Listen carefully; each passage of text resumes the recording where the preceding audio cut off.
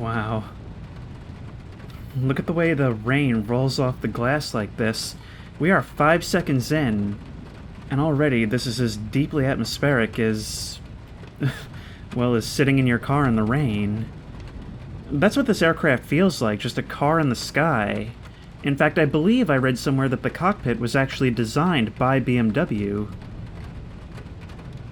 Hello, everyone, and welcome to Microsoft Flight Simulator.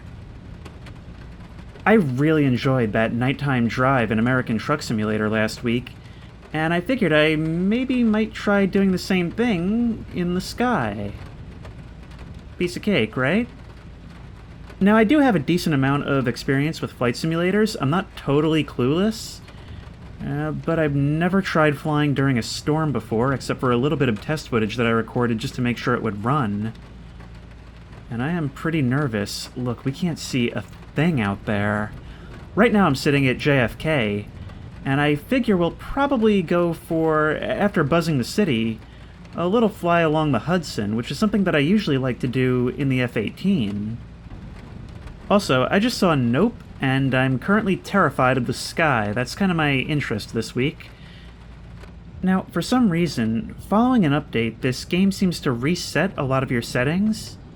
I don't know why it does that, but it's the reason why my keybind for the parking brake is currently not working. So we'll have to turn that off manually, switch off our flashlight, which is a very useful thing to have, and throttle her up.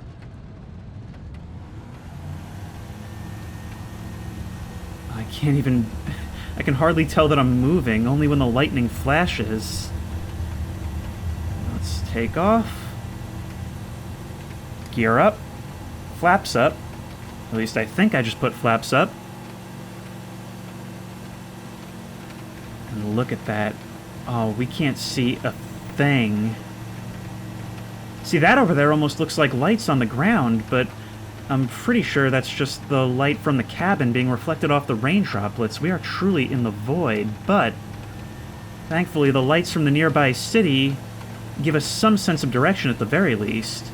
Right now I believe we're about 500 feet off the ground, if our altimeter is to be believed. But the higher up we go, the more difficult it is to see anything, really. We're in the middle of nothing. And at this moment, I'm going to try and turn off our cabin lights. What is that buzzing noise? We can turn on those lights. Shouldn't we have, like, wing lights on or something? There's so many keybinds in this game that I have no idea what anything does. Now, which direction are we taking off in? We can enable our map. And, okay, so we're currently heading west, which means we should be heading towards the city. Let's just adjust our view a little bit. Now, like I said, I haven't flown in these conditions before outside of a short test flight. But while I was in the middle of it, I did notice that things were quite a bit more turbulent, which is something I haven't really experienced before in flight simulators, so this is a new thing for me in a lot of ways. Normally I fly on clear blue sky days. Now, the good thing is that we are going to be flying the Hudson, and this is a plane capable of landing in the water, which is good because I really doubt I'm going to be able to navigate myself to an airport and actually land in the dark. There's Lower Manhattan ahead of us now. And I'm really tempted to fly under this bridge, but I don't think it actually works. Yeah, there's the Brooklyn Bridge right there on the left. But what I really want to do is, I was going to do a loop around the south, but why not? YOLO. Let's do some building slalom.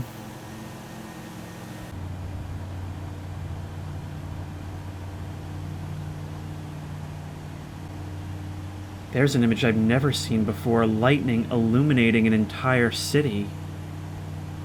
Squawk 1200. I am amazed at how different this looks. Squawk tree Okay, tree no, we have 46 to icon X-ray Golf Sierra. do something about that ATC, but I don't really feel like I can do anything about it until I'm up out of this situation, because the wind, we're back down in the storm now, and it's making it very, very difficult to maneuver. Roger, icon. Okay, whoop. We're back down in the storm now, and it's actually making it much more difficult than expected to maneuver. New York approach icon Alpha Sierra X-ray Golf Sierra.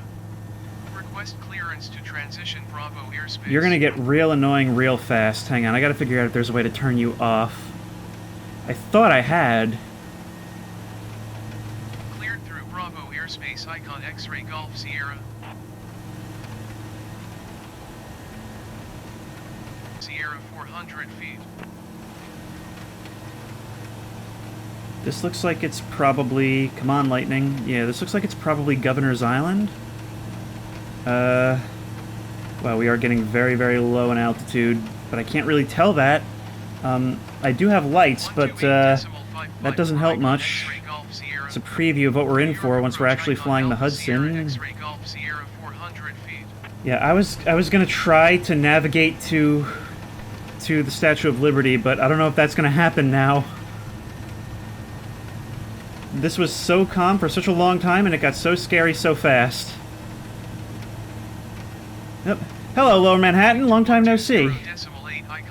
Oh, that is terrifying how that just so rapidly appeared in my vision. Okay, let's play a game called Can We Gain Enough Altitude Quickly Enough? And I'm losing speed by pulling up like this, but hopefully full throttle will be enough to pull me out of this. Okay, this is a bad idea. This is a real bad idea. This is a real bad idea. Approach icon Alpha Sierra X-ray Golf Sierra. Request clearance to transition Bravo airspace. Lost a lot of speed with that little maneuver. See, I want to fly low because I want to be in the storm, but let's do this somewhere away from the buildings. I'm giving a lot of people a really scary show right now. Imagine how many windows my wings must have been so close to. This might be just a little bit reckless. Thank God for video games, huh? Going to 128.55 icon X-ray Golf Sierra. Alright, the West Side Highway. This should be something a little bit easier to navigate to. Something nice and low, while still well lit enough that I can follow it with no issues. Or at least I hope so. Going to 120.8 icon X-ray Golf. Alright, I think I've finally turned off ATC. And even along the West Side Highway, it's getting more and more difficult to see. And the ride is getting bouncier and bouncier. Now, like I said, I saw Nope last week, and now I've found new reason to be terrified of the sky. And what's cool to me is that there does actually seem to exist a culture of myths and legends in aviation, almost similar to that of trucking and sailors. And that's cool to me because there's far fewer elements for you to work with in that scenario. I mean, you're literally up in the sky where you should be away from anything, but I guess that just feeds into the horror of it. What happens when you're up where there should be nothing and you find something? Look at how quickly we lost the city. Think of how close we are to people, and this is basically a sensory deprivation chamber. Alright, let's, while trying to maintain altitude, let's zoom in.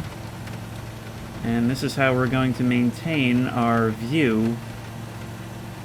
Things are going to get a lot more difficult once the Hudson starts to narrow. So on our left there, that should be New Jersey, right?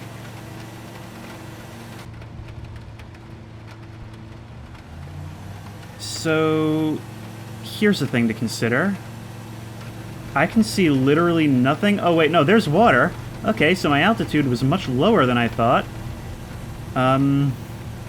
Yeah, this is absolutely terrifying and I am going to crash. So change of plans.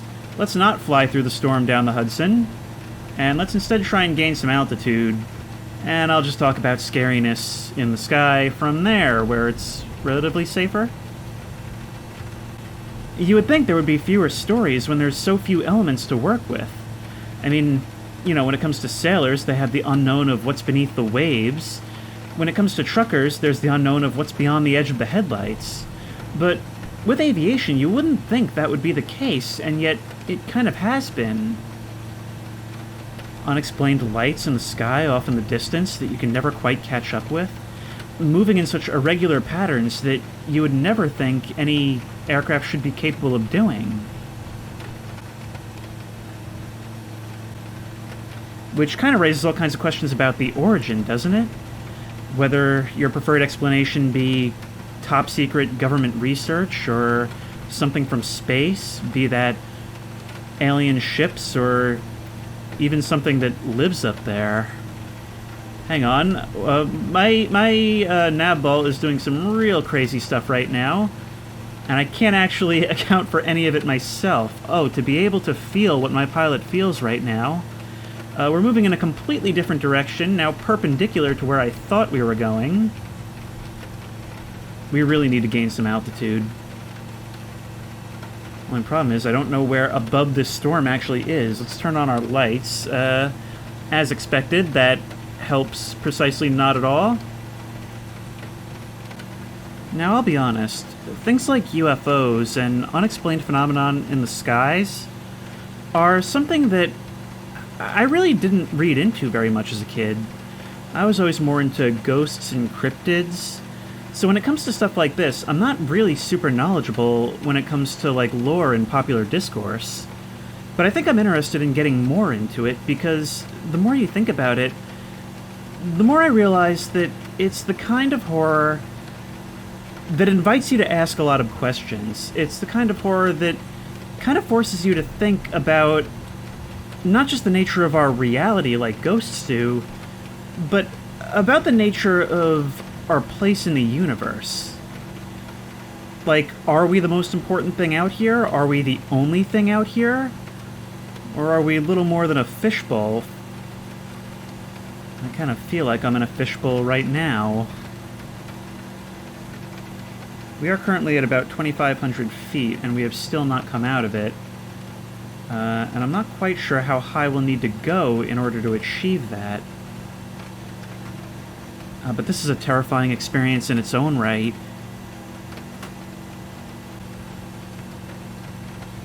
I can land on the Hudson. I could do it in this craft. The issue would be...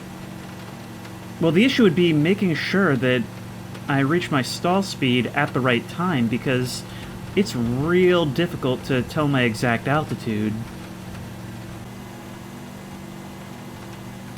Yeah, but as I was about to say, I think the common thread between flying, sailing, and trucking is that they all involve transit through unknown areas, often in the dark, often with an incompleteness of information about what's going on around you, in a relatively isolated setting. Imagine being the lone sailor awake on the deck of a ship. Nothing but the void all around you, even worse if it's fog. Probably doesn't feel all that different from this.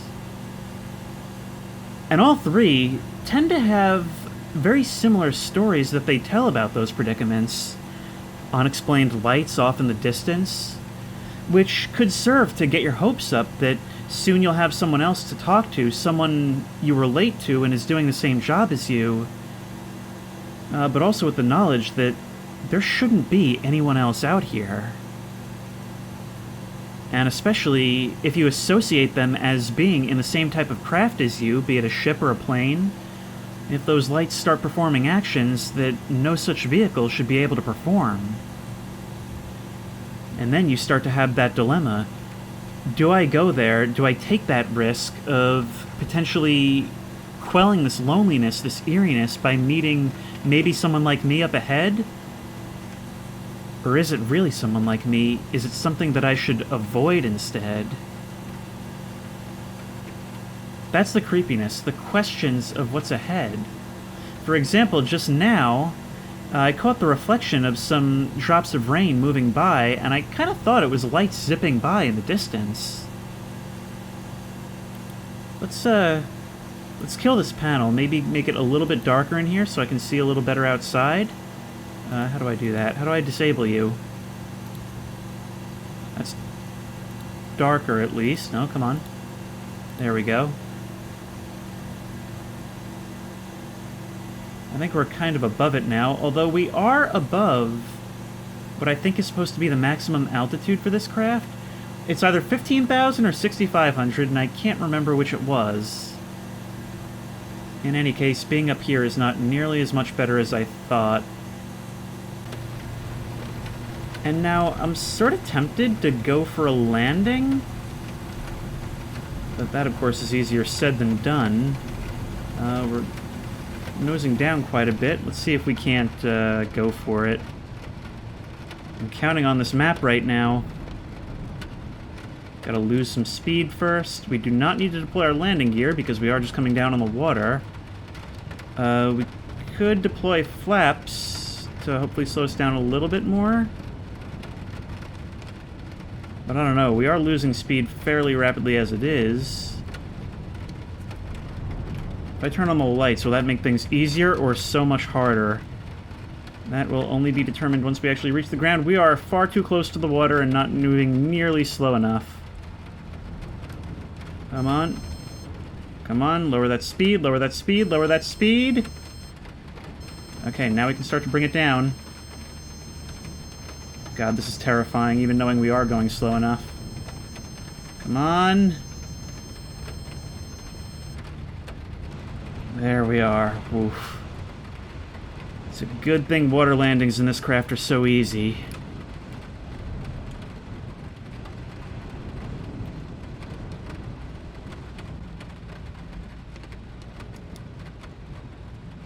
What are we seeing up there? That should be the Jersey side.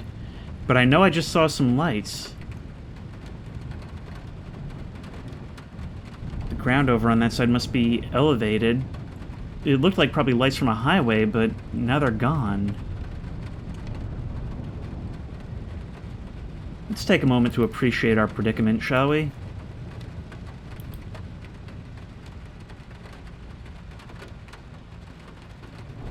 Quite a thing, isn't it? Now we really are sailors.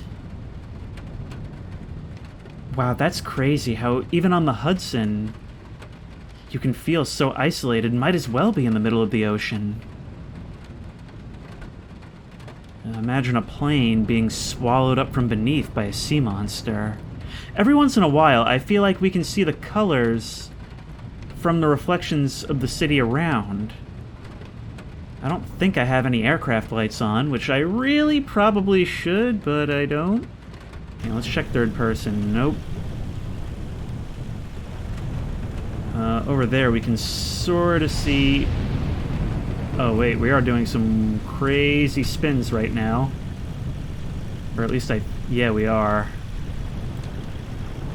I think I accidentally set my yaw, and now I'm not quite sure how to see how much I've changed it.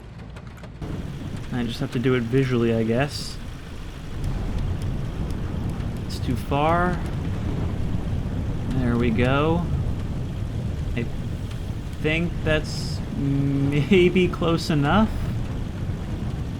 Maybe. Oh, it's so hard to tell. Imagine having to get out and climb onto the skids to see.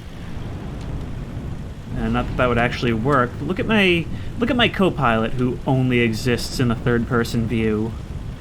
I bet that guy could help me with this.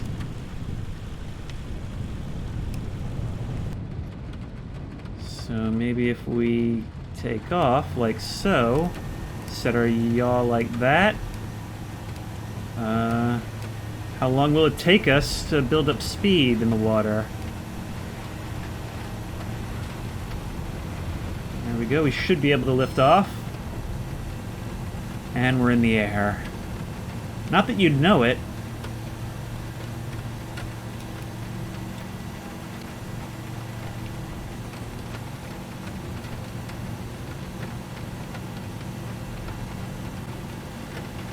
but maybe instead of flying the Hudson, I would be better off trying to get over land again.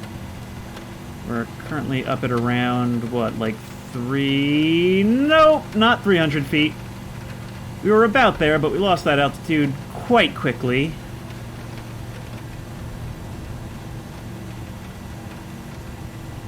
If we level out, we should end up in New Jersey.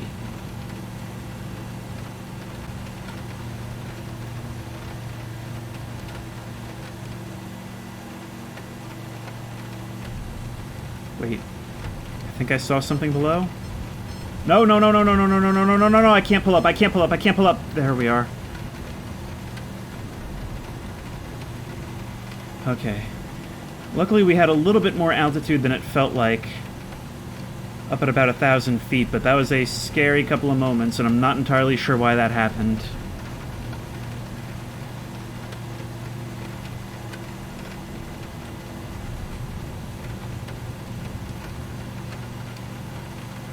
There we are. Now, as dangerous as it is, I think we have to throttle down significantly, and head low.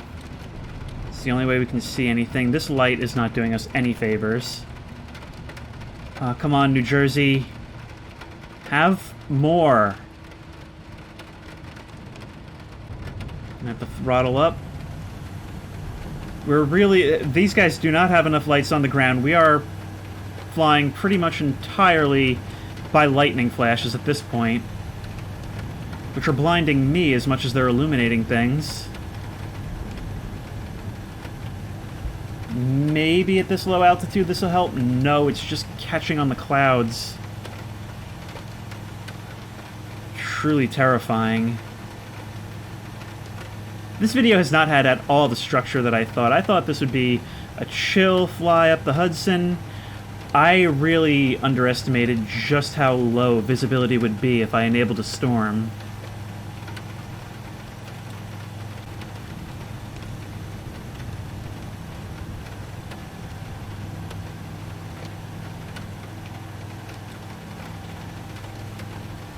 Whoop. That's a way to learn you've made it back to New York. Alright, we're going to start flying south now, just because I'm hoping that eventually we'll get to those city lights again. But it is so hard to see, and every once in a while I get such crazy turbulence that tosses me all around.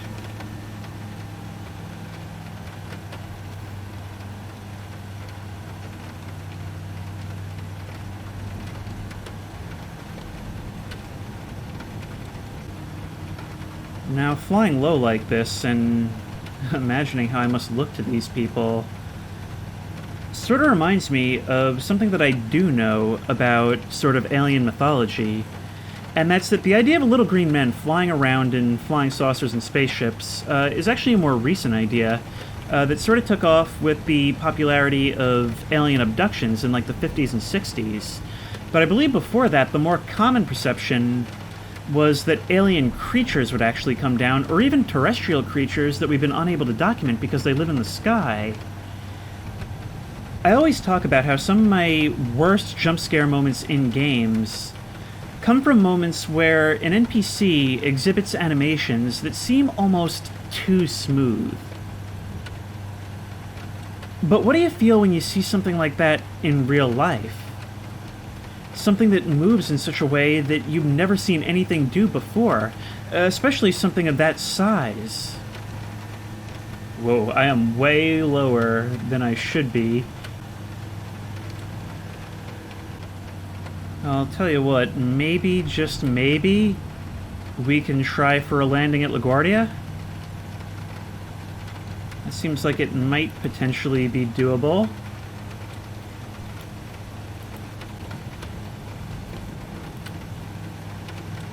You know, this lack of visibility has actually just given me an idea. Maybe the sky can be scary for the same reason that the deep ocean can be scary. It's a place that we're not supposed to be. A place that's inherently hostile, and that, I suppose if you're inventive enough, a place that could contain life that we were never meant to see. Now, of course, that's a lot harder of a sell in the sky than the deep ocean, where we know there are weird creatures down there.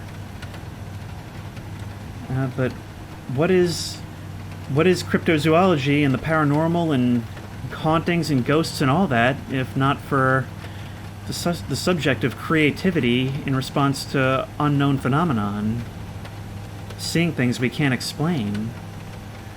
That's the thing about these topics, is that I can't say that people see the things that they claim as an explanation, but people do see something, or at least they perceive that they saw something, and that in and of itself warrants telling stories. And stories inspire the imagination. I do wonder if UFO phenomenon have sort of a copycat effect. That's the wrong way to describe it, but I wonder how prevalent these things were before stories of alien abduction began in the 50s and 60s. I mean, of course you have the famous Hill abduction, and prior to that you have stories like War of the Worlds. That's decades earlier, I believe. I don't know, I guess it would be really interesting to research. I gotta start reading up on this. This is a whole new area that I've never really explored. But I wonder if the stories that people report in regards to these things actually change in response to popular culture surrounding the idea. What if you're a pilot, right? Responsible for hundreds of lives? Not even a small plane, literally a commercial airliner. And you go to descend through the clouds, and when you reach altitude 0, the ground just isn't there.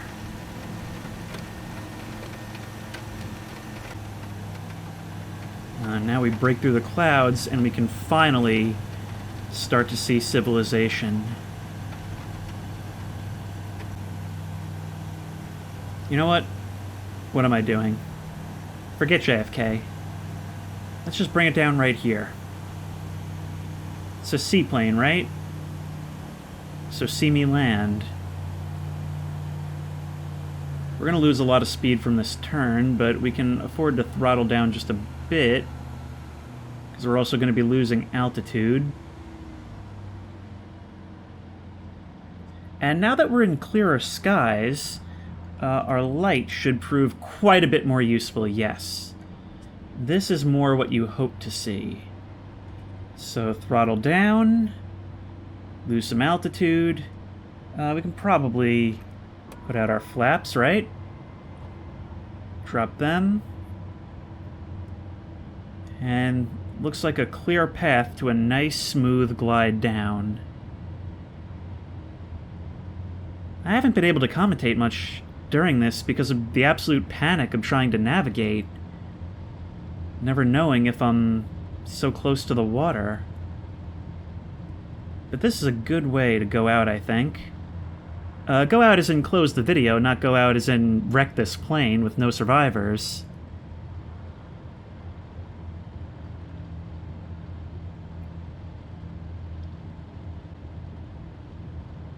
Just a smooth glide in, and definitely a huge contrast in mood from when we landed on the river before. Just ease it on down, and this is why I enjoy this sim. I find trying to land to be one of the most enjoyable parts of the game, just for how it feels. I think we might have brushed the water just a bit there, and we're down. Oops. Dipped under the waves a little bit. These are still somewhat rough seas because of the nature of the weather. But with those gorgeous lights all around, I think here would be a good spot to end it. I found in doing this that the actual flying was really, really scary, but I didn't have as much to talk about on the topic of unexplained phenomenon in the sky as I thought, and it really went to show how uneducated I am in this topic. I really want to read up on this, because like I said, it's a topic that I kind of overlooked as a kid, being interested in this kind of thing.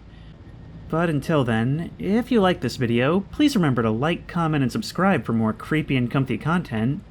If you have any ideas for other videos you think I should do, the best place to suggest that will be at the Discord, which I will link in the description. If you want to try this game out for yourself, that link will also be in the description.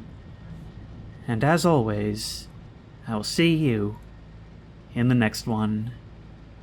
Oh, my voice is so hoarse now.